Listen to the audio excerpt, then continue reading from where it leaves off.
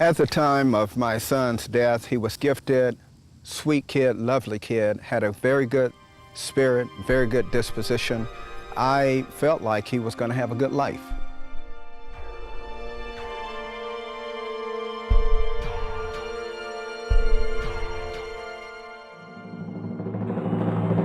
We had played the third game of the week.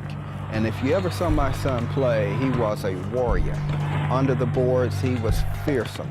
And he would battle you tooth and nail, and he would give his very best effort in the sports. And so it goes without saying that after engaging in his sports, he would walk away from the game tired. Warren was 17 years of age at the time of his death. He died in a car wreck, died instantly. He was not an experienced driver, and his loss is one that we will suffer the rest of our lives. That night, he got home, him and his friend, about 11 o'clock. They went into the sunroom, and about 3:30 that night, I got up to get some water and use the bathroom.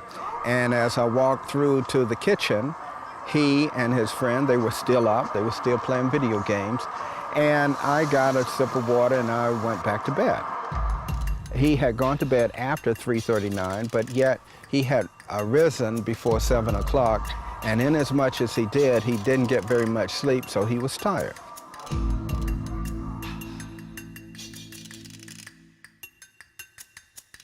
Well, about 7 o'clock, I left, headed to church. My wife followed me, and he followed her. He hung through church service, and after church service was over, I got a glimpse of him coming down out of the choir stand out of the corner of my eye, where he was coming down into the sanctuary to be served communion. And I didn't realize it at the time, but that would be the last time that I would see him alive. Well, he told his girlfriend that he was tired. And as he left the house, she asked him to call her and let her know that he had arrived safely at home. Well, he didn't quite make it. 10 minutes after leaving her home, he had slammed into a tree where he died upon impact.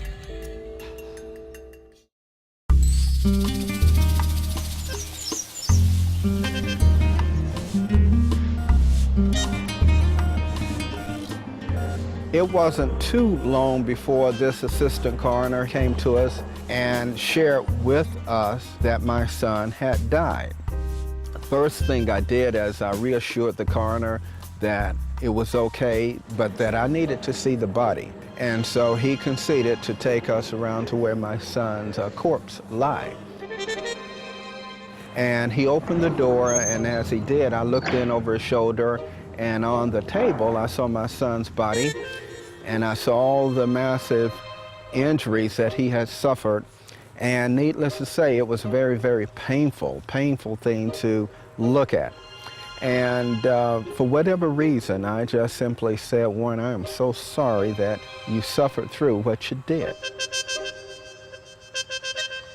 I don't think I've said this to anyone before, but in those trying days right after my son died, very much in pain, very much hurting, my son, believe it or not, came and visited with me for a moment here in the backyard. Out of nowhere, I got a glimpse of him coming out of the corner of my eye, and he walked right up to me. And I looked at him, and he looked at me, and he came and gave me a hug. And I gotta tell you that that was a way of the Almighty allowing me to know that my son is okay. I have two wonderful grandchildren. And so invariably every year we have choices to make. We have the choice, do we want to live in the past or do we want to live in the future? We have the choice, do we want to dwell on death or do we want to dwell on life? And what my family is doing is we're choosing to live in the future. And we love my son, he'll always be with us and we'll mourn his loss, but at the same time, we're going to celebrate life.